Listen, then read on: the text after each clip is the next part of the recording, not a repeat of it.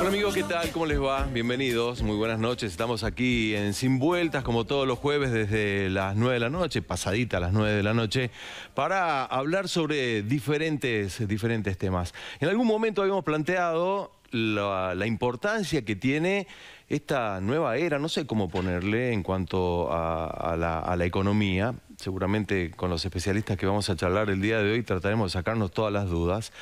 Pero sí decirles que estamos parados en otro andar económico, absolutamente disímil a lo que hemos venido viviendo en las últimas décadas. Y mucho que no lo comprendemos, mucho que no lo entendemos. Escuchamos hablar de la macro, escuchamos hablar de la micro, escuchamos hablar de inversiones, de bonos, de cuestiones, hasta te diría, tienen que ver con lo absolutamente tecnológico digital como el Bitcoin o las monedas estas que uno tampoco logra comprender de dónde salen los fondos para que existan. Bueno, hay muchos cambios económicos en nuestra Argentina que, podemos decir, hasta en las últimas horas se vienen produciendo y que quizás nos van asombrando, pero porque no lo entendemos del todo. Y estamos hablando de una cuestión macro. Ahora, ¿cómo nos pega en lo micro? En el día a día, en el momento en donde nosotros tenemos que ir al supermercado y entendemos que qué pasa con la inflación, qué pasa, digamos, con el precio de la carne, de los fideos, del arroz. Bueno, ese metro cuadrado de la gente que nos pega duro en una realidad, en un país que supuestamente está cambiando y que no sabemos para dónde vamos a ir. Para eso tenemos nuestros invitados esta noche aquí en Sin Vueltas. Estamos con Javier Martínez, quien es el decano de la Facultad de Ciencias Económicas, que está ya con nosotros, y con Federico Vallejos, especialista, asesor en finanzas, en inversiones, en este nuevo mundo, digo yo. Muchísimas gracias por venir, Javier. Gracias, Federico. Muchas gracias por la invitación. Muchas gracias. Empecemos por la macro, digo yo. ¿A dónde estamos con la macro? Con esto de, por ejemplo, este último bono que hacía el anuncio el vocero presidencial, que se festejó y mucho en el Ministerio de Hacienda, hasta el mismo presidente, Abeto, que postea mucho en Twitter y lo festejaba. Bueno, cuando nos referimos a macroeconomía, que hablamos de agregados económicos, cuando uno, ejemplo, desempleo, inflación, recaudación, son un montón de peras y manzanas que se suman, que no se podrían sumar en sí, pero se agregan. Claro. Y de pronto tenemos lo que vos indicás, por ejemplo, de deuda pública, es todo un solo indicador. Ahora, cuando hablamos de que estamos transitando, es como que se está buscando equilibrar algunas relaciones macro, por ejemplo, que el Estado no gaste más de lo que tiene, que no se emita más monedas que la que se requiera, o en su caso, lo que vos hablabas, es la tasa de interés que tienda a ser normal en una economía. Es bastante complejo el tema de tasa de interés, porque no sabemos qué tasa, eso lo va a decir el especialista. Pero acá confrontan dos situaciones muy complejas. Una es estas relaciones que de pronto vos en tu casa decís, no vamos a gastar más que mis ingresos. Bien. Bueno, es una medida fuerte. Pero también está lo que se conoce como stock, lo que viene acumulado en el tiempo.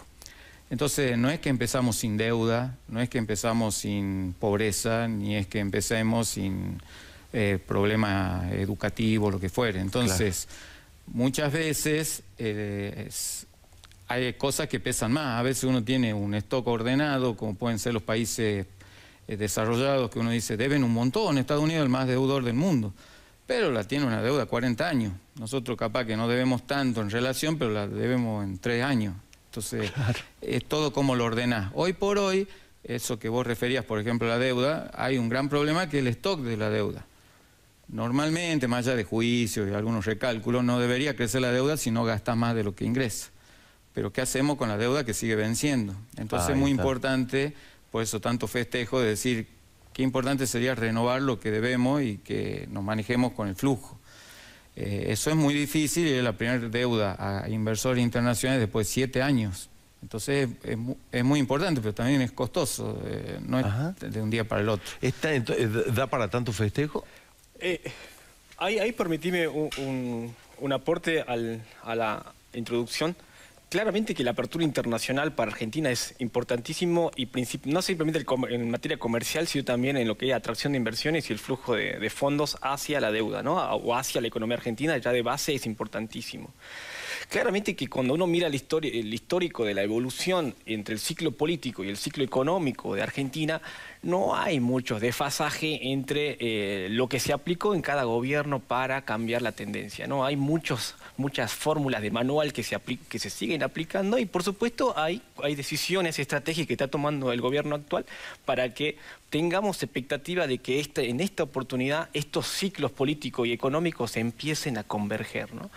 En ese sentido la tasa es importante. Cuando si uno toma una decisión de inversión hoy en Argentina y toma la tasa implícita de los contratos de futuro a fin de año, que pueden estar rondando el 14%, a eso le sumamos el riesgo, los puntos de riesgo país, y a eso le sumamos un condimento más que puede ser la tasa de los bonos del Tesoro americano, y estamos rondando en una tasa que puede estar entre el 24 y el 26% en dólares. ¿Eso qué quiere decir? Que estamos caros. Es decir, que esa tasa que hoy, con estos indicadores básicos que lo tomamos de un mercado abierto, por eso es importante la apertura y que las métricas sean claras para lo que tomamos decisiones, y la tasa en dólares es cara.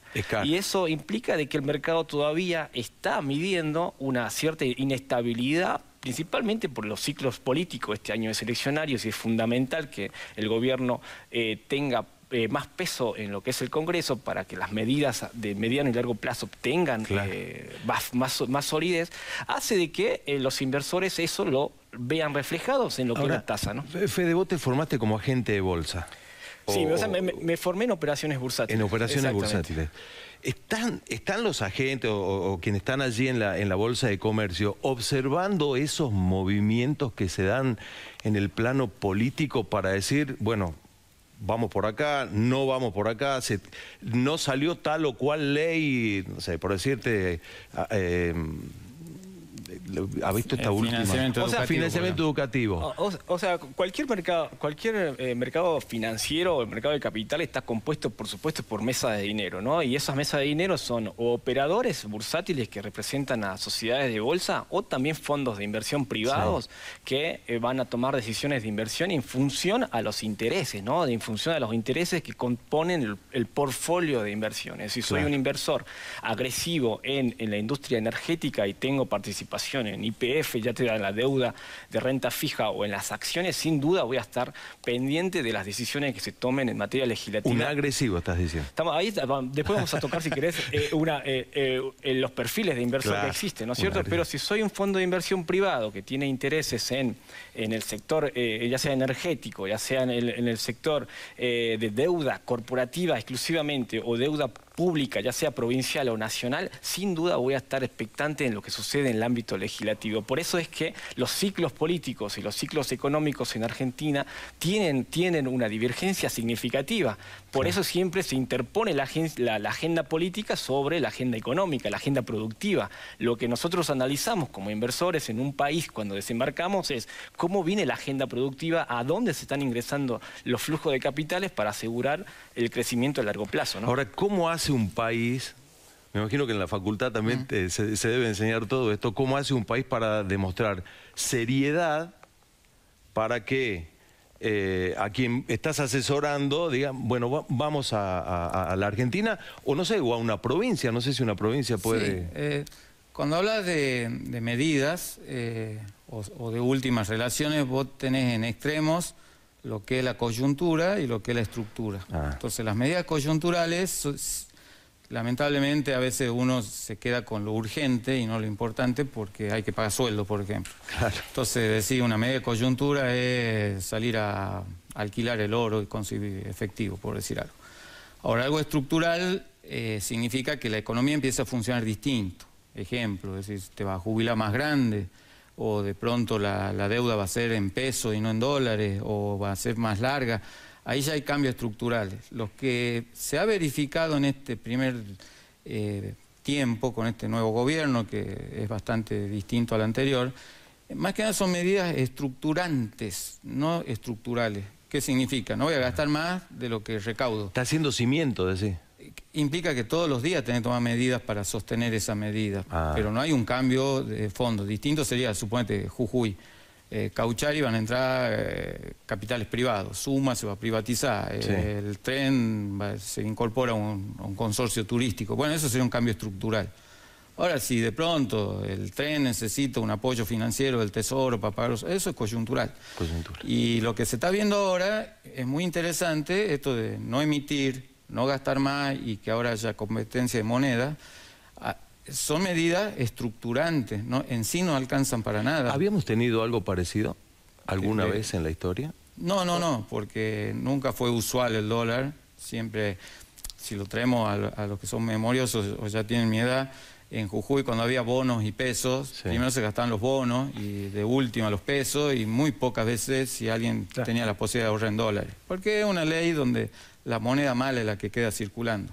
Hoy por hoy el gobierno sostiene que si no emito más, si voy solucionando el stock, que es que hemos emitido muchos pesos de más en este tiempo, el peso se va a volver mejor que el dólar. Entonces van a aparecer los dólares circulando. Claro. Es una visión optimista de entrada, ¿no? Pero... ¿Es factible?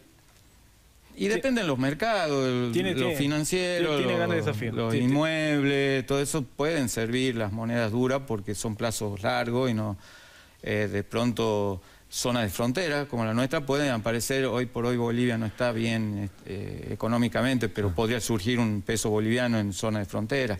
O también podríamos...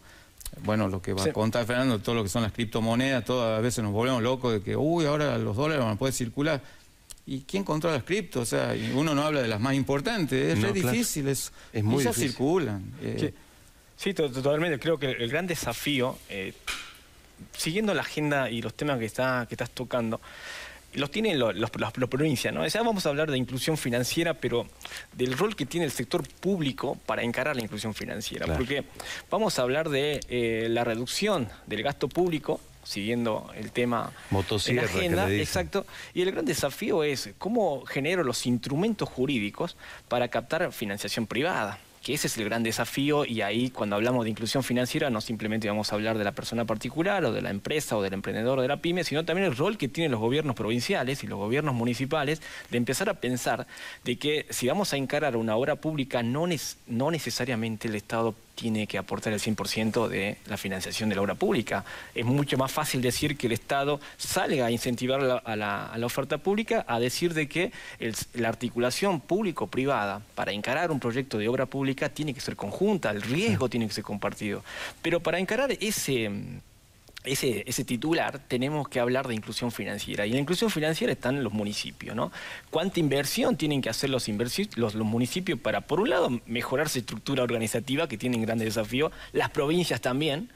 Estamos hablando de los requerimientos necesarios para que un sistema financiero funcione de forma transparente, que es que un municipio o una provincia se encuentre en condiciones de salir a hacer una propuesta al mercado financiero para obtener financiación privada, ¿no? Ese es el gran desafío acá en esta zona, en esta región. Pero eso se tiene que legislar.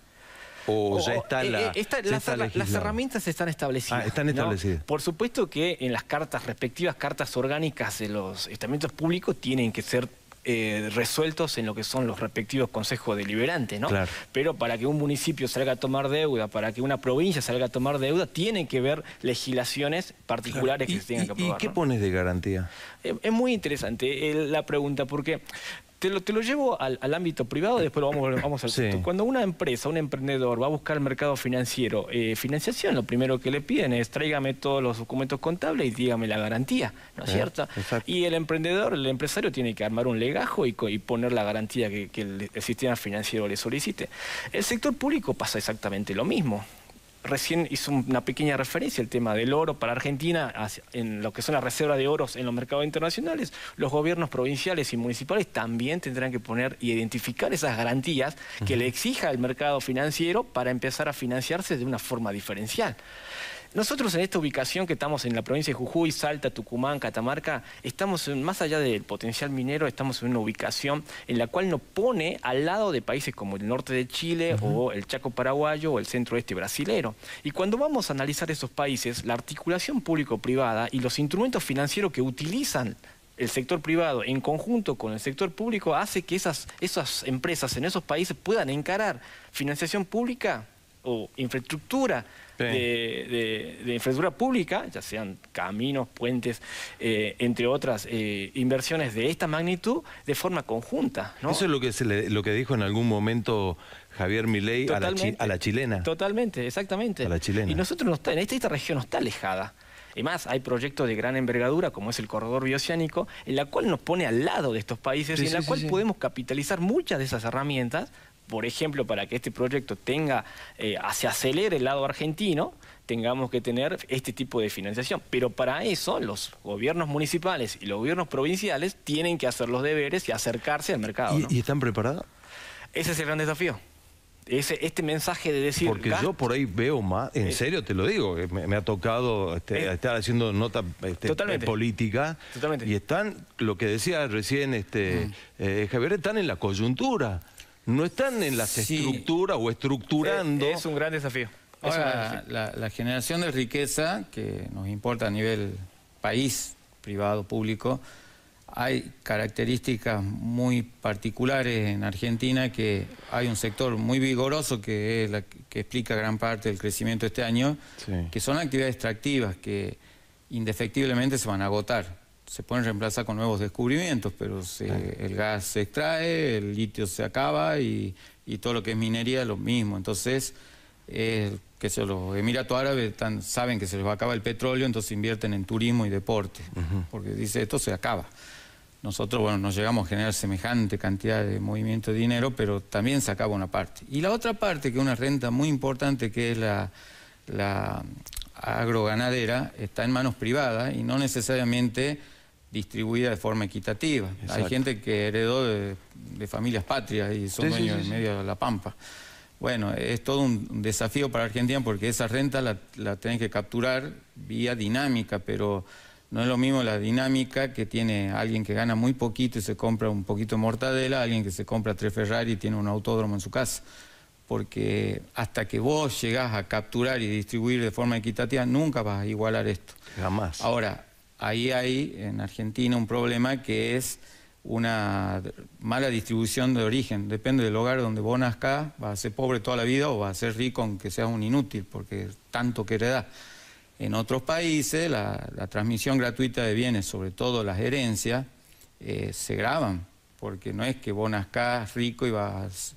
Ahora, cuando se intentó acá, y Buenos Aires tiene, por ejemplo, este impuesto, se pone en la tontera de que de pronto tu abuelo compra un terrenito y lo van a heredar 5 nietos. No, eso es para el que hereda más de 10 millones de dólares. Pero Argentina ha logrado que las grandes familias cada vez acumulen más.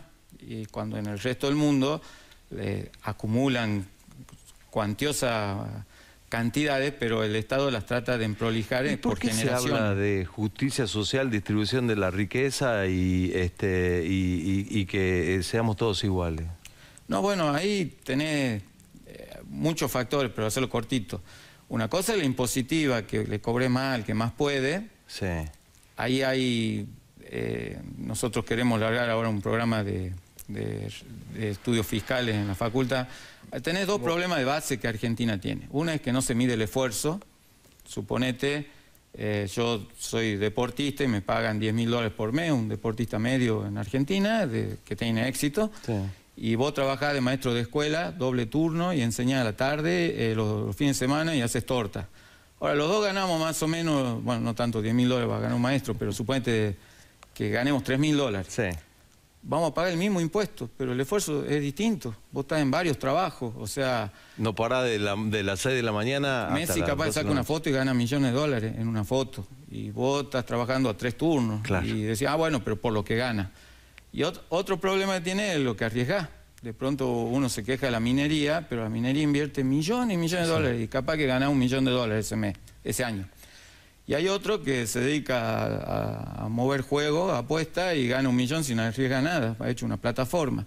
Claro. Pagan los dos el mismo impuesto, porque es por ingreso. Ahora, no por riesgo. ¿Se puede diversificar esto? Por supuesto, es cuestión de sentarse. No son temas ni que yo los invento, esto viene de hace mucho. Ahí aparece Arca, digamos, y acomoda las cosas. Bueno, ahí es un tema muy, muy complejo que habló Adorni esta semana, o fines de la última semana, que dijo, Arca generalmente nosotros tenemos un sistema basado en declaraciones juradas. Vos decís que ganás, Claro. Exacto. y la prueba recae sobre vos porque vos has jurado eso. Entonces, dijo Adorni que se invierte la carga y ahora volvemos a los principios constitucionales. Vos sos inocente hasta que Arca diga que vos estás evadiendo. No es que, a ver, demostrame lo que vos decís. No, ¿de qué me acusás primero? Claro. Es un cambio muy importante que algunos dicen esto es un viva la pepa para los que evaden Claro. o lavan dinero. Sí. Pero para el común de la gente es interesante porque la verdad siempre estamos bajo sospecha cuando decís de qué me sospechás. No es al te tanteo. compraste un auto y te sospecho, digamos. Tenés que decir hasta quién es tu primo. Tenés que mandar a toda tu familia, capaz que ni te hablas con tu familia, pero tenés que decir quién es, que esto, lo otro, si ejerció un cargo. Bueno, eso desaparece, por ejemplo. Mira. Ahora, es todo un cambio. Estábamos muy acostumbrados a que el Estado controle mucho, Claro, encuadre demasiado. pero digamos lo que es, no era tan efectivo. Porque sabemos que ahora salió el tema de la salada y ahora nos dicen 34.000 millones de pesos movía. Y bueno, creo que alguien se ha dado cuenta de esa cantidad de plata. Mira, ahora vamos vos por comprabas otro un lado. autito usado, no lo has denunciado y te cae el requerimiento. Sí. Y al escribano y al que ha vendido. Entonces, siempre lo que enseñamos en la facultad, cuando hay dos posiciones extremas, el equilibrio debe andar por el medio, no en los extremos. Entonces, Sin duda. ni tan ni muy, pero hasta hace muy poco nadie se animaba a exteriorizar un ahorro de $20.000 que vos decís de pronto, No, olvídate. le voy a regalar a un hijo un viaje, o si te casás yo te voy a comprar el autito, pero ¿cómo lo exteriorizaba? Claro. Pero tampoco eras un delincuente porque nunca gastaste esos dólares. Y tampoco estabas obligado a declarar si juntabas $300 por año, no sé. No era un delito en sí. Ahora, cuando vos lo exteriorizabas, ¿de dónde lo sacabas? Te Ya eras caía. culpable. Ahora, el que exterioriza una mansión, ya no. Eso es, entonces, No, totalmente. ni tan ni muy, como Exacto. siempre, pero está bien que la gente duerma un poco más tranquila, el común. No, Exactamente. Sí, sin duda. Sin duda. Y lo que implica para la economía regional es fundamental. Estamos en un país de Argentina que siempre muchas actividades como la construcción, entre otras, la economía en negro pesa muchísimo. Bueno, Y- está dando un dato que quiero que lo charlemos. Tenemos que ir a la pausa. Realmente, porque ahora tenemos que empezar a ver justamente economía en negro.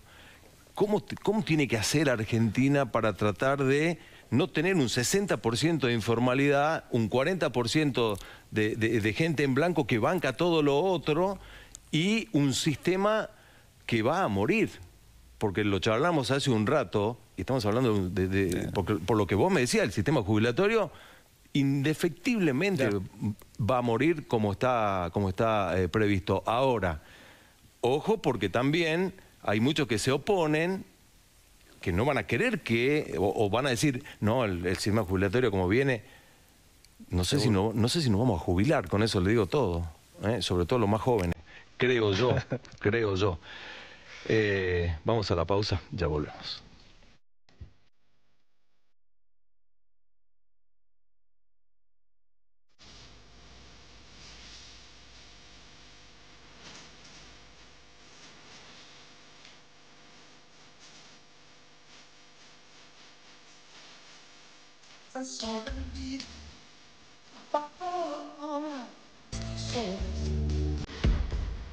Bien, continuamos en esta segunda parte, segundo tiempo, segundo bloque de Sin Vueltas y muy jugoso el corte porque, digo yo, tenemos que tratar de bajar para decirle a aquella persona que está en casa y, a ver, se animó a sacar los dólares del colchón, viste que ahora le dicen dólar colchón y todas estas cuestiones.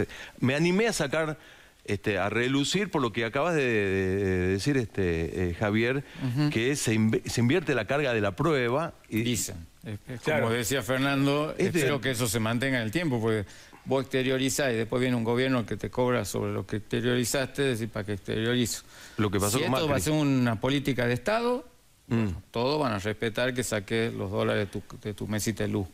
Ahora, si eso implica un riesgo, no lo vas a sacar. ¿Eso se tiene que legislar? Yo preferiría que se legisle, claro, pero totalmente. en un año electivo es complicado, porque hay muchas falacias. Yo escuchaba, decían, bueno, hay muchos dólares, no sé la verdad cuántos, pero dicen, van a gastar dólares y después no lo van a poder reponer porque no hay ingreso en dólares. Bueno, pero uno que tiene formación de contador sabe que hay contrapartida. Si vos comprás una cirugía, suponete en dólares, y hay un cirujano que cobra en dólares, bueno, él también tiene ahora ingresos en dólares. Exacto. Entonces, el dólar, si se vuelve usual, se vuelve gasto, pero se vuelve ingreso. Eso es lógico. Ahora, si solamente es gasto y el otro la marruca, pues el Estado mismo, bueno, ahí no va a funcionar. Tiene que haber algo usual. Movimiento que es lo que está pidiendo el Estado. Ahora, yo tengo... Totalmente. O sea, tocando lo que acaba de resumir, vamos a ver, si lo miramos de un inversor internacional, las elecciones de octubre son fundamentales para marcar las decisiones de la regla de juego, seguridad jurídica para los próximos 4 años. Eso ya te van a armar las bases jurídicas. Claramente que hay inversores que ya están ingresando en Argentina, asumen mayor riesgo, reciben una tasa en dólares como la que hoy vimos en el mercado, alta, y eso lo vemos reflejado en los indicadores desde el riesgo país hasta lo que está pasando con el dólar futuro y todas las variaciones en lo que son los bonos de Argentina. Lo posterior a los resultados de octubre, si los resultados son favorables y el gobierno logra capitalizar el Congreso, está claro que van a ingresar más inversores. Que ahora están esperando. Que están esperando que estas políticas de cambiar las reglas de juego se mantengan.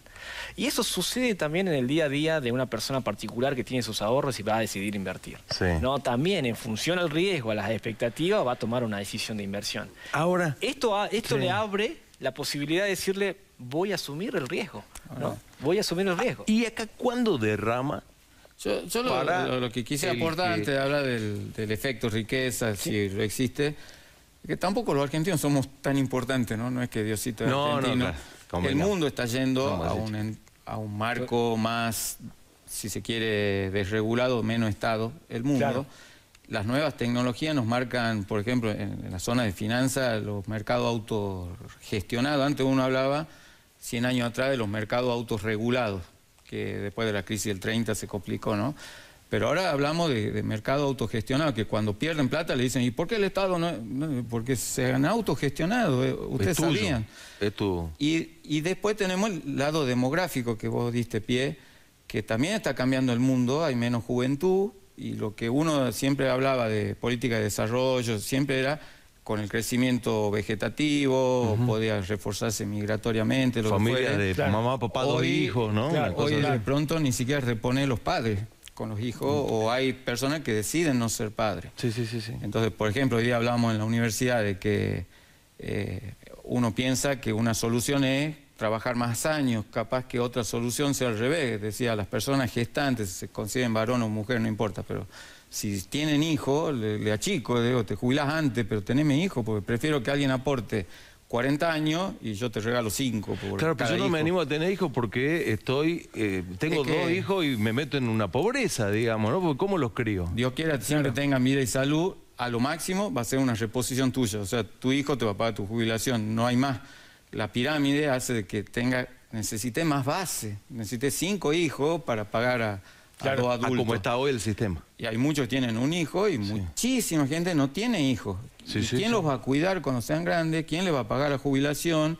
¿Y quién se va a incorporar a las escuelas que estamos construyendo, a las nuevas aulas que ponemos? Van a sobrar espacios. Entonces, hoy por hoy la reserva del mundo es África, pero también digamos que hay movimientos xenófobos en muchos lugares. Pero si África deja de crecer mucho, ya dejó de crecer tanto China, India, Pakistán, que crecieron una barbaridad, pero ya no están creciendo tanto, y hay países como los europeos que es Capital Federal en Argentina. Toda gente vieja. Mantiene los diputados, pero grande, si hacemos la proporción, cada vez tendrían que tener menos diputados ellos en proporción, porque cada vez tienen menos población. Tienen menos población. Y entonces se sostienen porque, bueno, todo sigue igual, pero si incorporamos la tecnología, ¿para dónde va el mundo con menos Estado? Y vemos que demográficamente nos estamos volviendo países cerrados, pero necesitamos la migración porque nosotros solitos no nos vamos a valer en el tiempo. O vamos a trabajar para siempre, como decías vos, exagerando de no tener jubilación, pero estamos a la vuelta de la esquina, ¿no?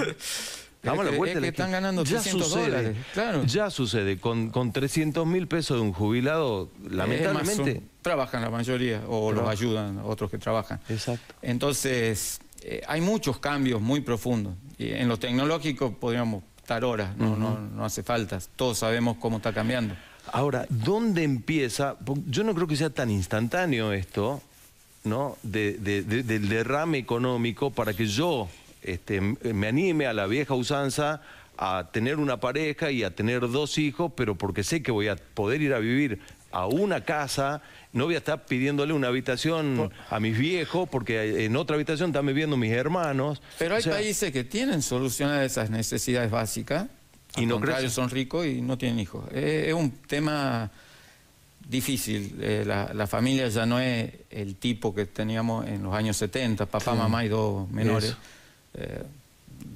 Esto en la universidad hasta cansarnos, pero yo te decía, si yo soy hijo de padres separados, capaz que la mitad de la semana soy pobre y la otra mitad soy rico. Soy la misma persona. ¿Cómo me captura el INDEC? No sé, pero yo como arroz hervido con mi papá y ando en una Harley Davidson con mi mamá, porque son otras realidades. O los dos somos hermanos, pero él es hijo de un papá rico y yo de un papá pobre. Cuando heredemos, él va a tener una vida más cómoda que la mía. Pero somos hermanos. Antes era fácil, la familia seguía la suerte de la familia. De la familia.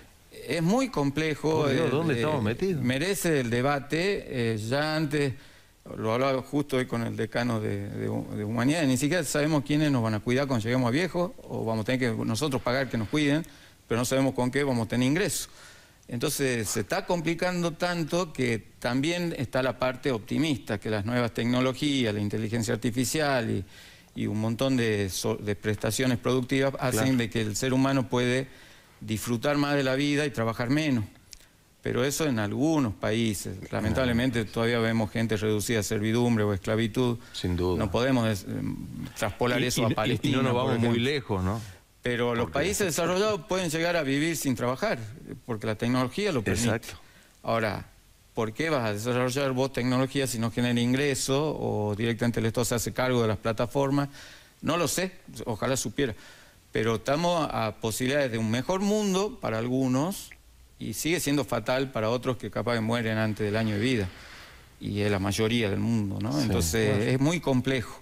Hoy por hoy Argentina tiene cambios profundos, pero no creamos que son tan argentinos los cambios. No, sí, sin duda. Quizás a nosotros nos toca ver muy de corto. Básicamente es si el dólar colchón ingresa al sistema, funciona y ingresa al sistema, obviamente vamos a tener una repercusión en la circulación de dólares, que eso es importante para... Pero no es el pilar fundamental, sino que esos activos vayan a la economía real, es decir, ya sea a emprendimientos o a emprendimientos privados o al desarrollo comercial, ¿no? o a impulsar el comercio, ¿no? Sumado a eso, uno piensa en octubre, uno piensa en el cierre de este año y una decisión es que el gobierno le vaya bien en las elecciones en el Congreso. Eso va a permitir que el gobierno tenga más margen de maniobra de bajar las tasas.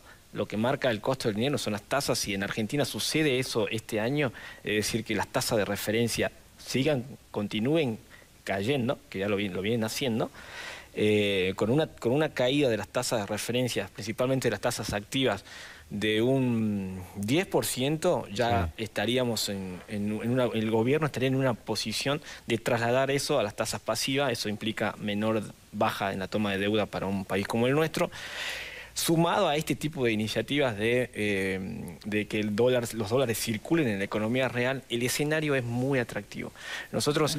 Ahora, para empezar a generar empleo. Eso estamos hablando de corto, eso estamos hablando de decir, che, si los resultados de este año son favorables en la agenda política, vamos a tener margen de maniobra para ver un panorama en la agenda productiva muy alentadora para aquellos tomadores de decisión, principalmente que están diciendo, o pongo la capitales propios, o salgo a tomar deuda para apalancar el proyecto de inversión. Ahí quisiera yo complementar lo que él dice. Coincido perfectamente en la visión de aquellos que apoyan este gobierno. Ahora, creo yo que en estas elecciones, una cuestión muy personal, cambian muchas relaciones políticas. Primero, ¿qué es lo que necesita el gobierno? Y que creo que lo va a conseguir el gobierno nacional, es el tercio del Congreso. Con un tercio ya no hay más juicios políticos, no hay insistencia del Congreso y tampoco me puede designar un juez que yo no quiera. Ese tercio lo va a alcanzar, está muy cerca si se junta con el PRO. O sea, es imposible que se dé lo que estaba diciendo ahora de una Suprema Corte. Pero un gobierno que quiere sacar decreto y saben que no se los pueden hacer caer, va a tener un estilo de gobierno que lo ha validado la gente en las urnas. No, claro. Y otro es que se acabó, creo yo, siempre no comprometo a nadie más, esa idea de que nos juntamos los gobernadores patagónicos, los del NOA, los del NEA, y le exigimos, porque ahora la Libertad Avanza está cayendo adentro de las legislaturas. Y ahora yo le voy a tener que ir a pedir a Milei, gobernador de la provincia que sea, che, sacame el presupuesto, dame acuerdo. Bueno, tal. pero Entonces, hoy no sucede eso, Javier, porque hoy si se no hay juntaba un presupuesto. peronista con un radical, por dar extremos que capaz que ya ni existan. Se juntaban y decían que la nación nos mande plata para las obras. Ahora se van a ir de a uno, ya no se van a juntar, y le van a decir, che, en mi legislatura déjame sacar el presupuesto, porque los libertarios no quieren. Creo que es muy favorable para este gobierno este año. Exacto. Porque de nada a poco es mucho, como decimos en estadística, ¿no? Claro.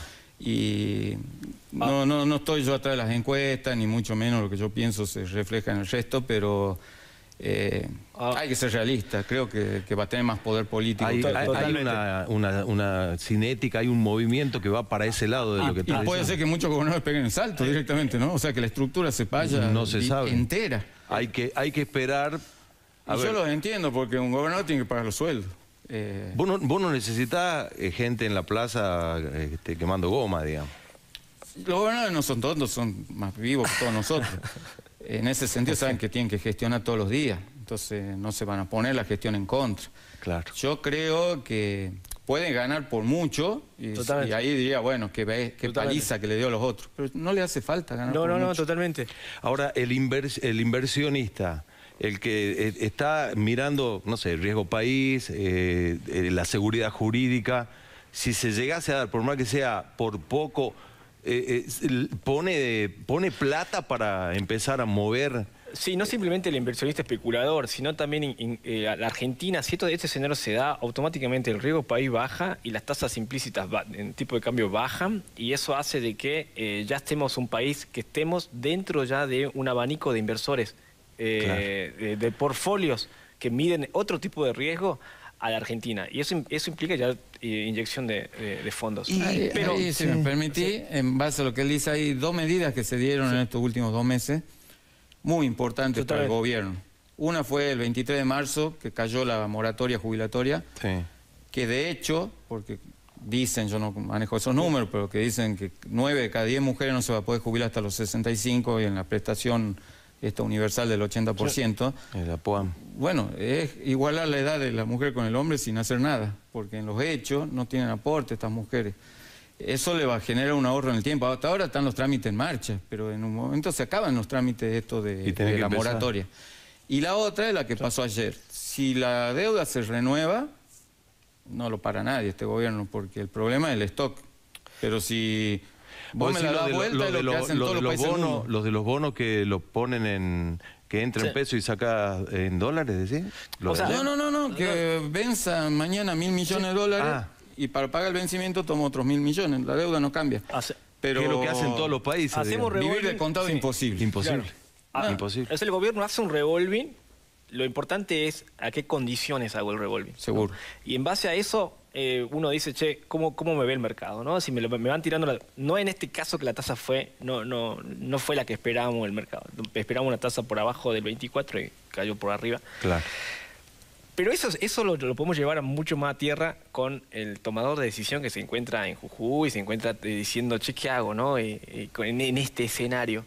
Mi recomendación, si el contexto es favorable en la agenda política, vamos a ver tasas de financiación bajas. Y eso le sirve a una pyme. Eso impulsa el un crédito. Consumidor. A un consumidor también. Pero fíjate, lo que él dice es muy importante, ¿no? La tasa fue muy alta, llegó al 29,5 ayer. Pero con un put a 2 años, ¿qué significa? Que si las tasas bajan, el gobierno puede salir de esos bonos. Te doy la plata y salgo.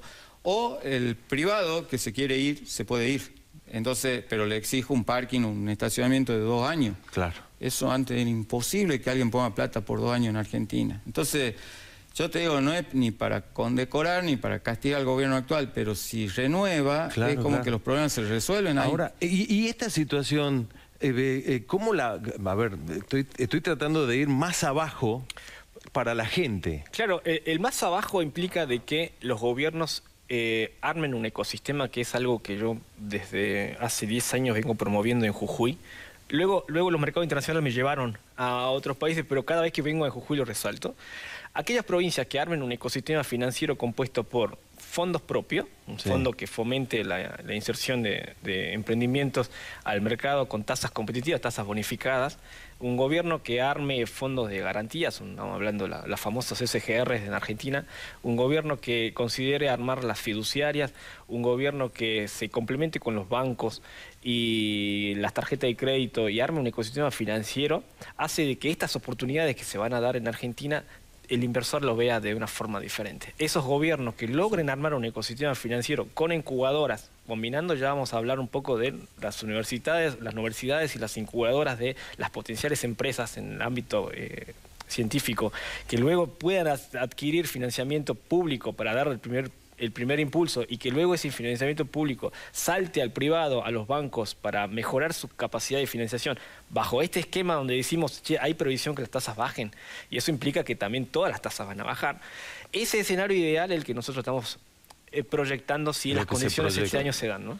Sí. Y los gobiernos van a tener esa posibilidad, pero los gobiernos tienen que hacer las tareas, ¿no? Aquellos gobiernos que se diferencien en el armado de un ecosistema financiero van a poder capitalizar. Ya te tenés que estar preparando entonces para ver qué es lo que va a suceder. Exacto. Ahora saliendo, es un sector complejo el tema de las inversiones y está claro en todo lo que está explicando. Ahora, si vamos a la familia común, como decías vos, hay dos fenómenos que hay que tener en cuenta, sobre todo aquellos que quieren tener una propuesta superadora al gobierno, que si no la tienen en cuenta, el gobierno les va a ganar. Una es, no es que han aumentado tanto los ingresos, de hecho en términos reales muchos sectores, el público quedó atrás, bueno, pero se agregó el crédito. Vos de pronto podés tener, si tenés un buen estar, tener un crédito hipotecario, otros podrán comprar una heladera a 12 cuotas, otro una camperita a 3 cuotas y el otro aunque sea saca fiado. Eso apareció y aumenta el ingreso en el corto plazo. Vos mismo dijiste que muchas familias están endeudadas. Están en deuda. Es que es un fenómeno lógico en todo el mundo que aparezca el crédito. Entonces vos decís, a mi hijo le quiero comprar una notebook, en el caso tuyo que es estudiante, te animás a sacarla en 6 cuotas. Antes no había. Es verdad. Y otro es el tema de la inflación, que muchos se regocijaron y dijeron, bueno, este gobierno se cae por la inflación, que bajó Milei y al final ganó todas las elecciones o salió bien de última en las elecciones. Para los que estudian inflación hay un montón de políticas antiinflacionarias, habrá uno por cada trasnochado que no ha podido dormir, ha escrito algo. Pero una técnica es la recesión. Yo ajusto el consumo tuyo, entonces la demanda se deprime y los precios no suben tanto. Ahora, cuando las cosas mejoran, porque o aumentaron tu ingreso, conseguiste trabajo, conseguiste el crédito, que se produce lo que se conoce como reflación, que es una inflación generada por el aumento de la demanda, que la gente la celebra. Porque si no puede ser, hubo mucha inflación en marzo y la gente lo votó, porque esa inflación tiene otra lógica, es una lógica que supera la recesión que yo provoqué. Entonces, cuando vuelven los precios normales de la banana, de la gaseosa o del pan, se van para arriba porque aumenta la demanda de esos bienes y se consumen más. Entonces, es normal que suba, porque has usado una política que era que baje. Ahora no la queremos en abril, ya no la queremos en mayo, es obvio. Pero hay temitas que son un poquito más profundos que uno ve que algunos colegas o especialistas, economistas que estudian específicamente esos temas, los toman muy a la ligera y así como hablamos de las familias de recién, qué difícil es estudiar la familia. Sin duda. Qué difícil es también medir el tema de los precios. Hay veces que subiendo están mejor y es difícil que la gente lo entienda, porque dice, si sube hago la marcha y lo volteo al gobierno. No, lo han votado. Entonces, si vos querés hacer una propuesta superadora, que seguramente van a aparecer en el tiempo. Sin duda. Y sobre todo en los modos, porque tampoco estamos acostumbrados a que nos reten todo el día. Exacto. Es necesario tener otra faceta, lo que hablaba de... ¿Tolerás un inversor extranjero o querés que entre acá y después que no se lleven nunca más los dólares? Porque el desgraciado se quiere llevar los dividendos, pero ¿para qué los invitó? Claro, si un español ha puesto el que plata pone plata, el que invierte quiere si un español llevarse puso plata, plata en una empresa argentina porque quiere cambiar el auto en España. Exacto. Porque ahí vive. Exacto. Entonces, no se van a llevar la plata para cambiar un auto. Bueno, entonces no le pida la plata. Entonces, hay que ser, para hacer una propuesta superadora, no soy yo quien para decir cómo hay que hacer, pero se requieren mucha materia gris que no necesariamente vemos que circula en los medios, ¿no? La verdad que se nos ha pasado totalmente. el tiempo de una manera rapidísimo, y la verdad que da para charlar mucho tiempo más. Creo que nos debemos otra hora más de charla. Sí. Quiero agradecerles por favor, muchas gracias al medio y a vos. Muchísimas gracias. Esperemos haber puesto algo en claro de todo, a dónde estamos parados realmente. Creo que hay que ver el vaso medio lleno. Tengo la sensación. Yo para terminar, todo esto que hablamos de números, a mí me da mucho pudor porque hay compatriotas que la pasan muy mal. Sé que hay gente que esta noche va a ir con la pancita vacía, un niño que va a tomar un mate. O hasta un estudiante de la facultad. Cuando uno simplifica claro. tanto, a mí me da pudor, y más porque soy un empleado público y trabajo en la universidad pública. Eso quiero aclararlo porque si no queda como que somos todos números, ¿por qué no humanizar? Claro que humanizamos la economía. Exactamente. Tratamos de generar aportes, pero no hay duda que una persona de avanzada edad no toma su medicación o alguien ha perdido el trabajo. No es gracioso, no, y el costo humano es altísimo. Entonces tenemos que ser muy certeros en las medidas porque no vamos a soportar mucho tiempo viendo compatriotas con hambre o revolviendo la basura. Sin duda. Y eso se ve. Entonces no es para nada un relajo al que le va mal. Todo lo contrario, uno intenta que no le vaya tanta gente tan mal como le está pasando ahora. Totalmente, totalmente. No, un poco para resaltar y abierto a la próxima, si hay una próxima invitación, por supuesto, la etapa digital y toda la apertura de lo que se denomina finanzas abiertas, hoy por hoy en las finanzas personales, es fundamental que cada uno pueda identificar su perfil de riesgo antes de tomar una decisión de inversión. ¿Cuánta educación financiera? Sí, nos hace falta. Totalmente. Eso es y claro. La reforma tributaria de que tanto se habla, también se tienen que enterar los ciudadanos, no puede salir de un paquete. Exactamente, por ahí pasa. Y lo tenemos que entender, que eso es lo complicado. Pero bueno, nos vamos lejos. Javier, Federico, muchísimas gracias. No, gracias. Javier Martínez, Federico Vallejos, especialistas cada uno en su tema. Esperemos haber podido explicar parte de la cantidad de cambios que se están produciendo en la República Argentina. Esperemos también, como creo que lo piden ambos y lo desean ambos como argentinos y jujeños que son, esperemos que empiece a derramar rápidamente para que comience la rueda económica a funcionar de manera positiva para todos los argentinos. Nos encontramos el próximo jueves seguramente con otros temas, pero acá los esperamos en la pantalla de Canal 7. Gracias.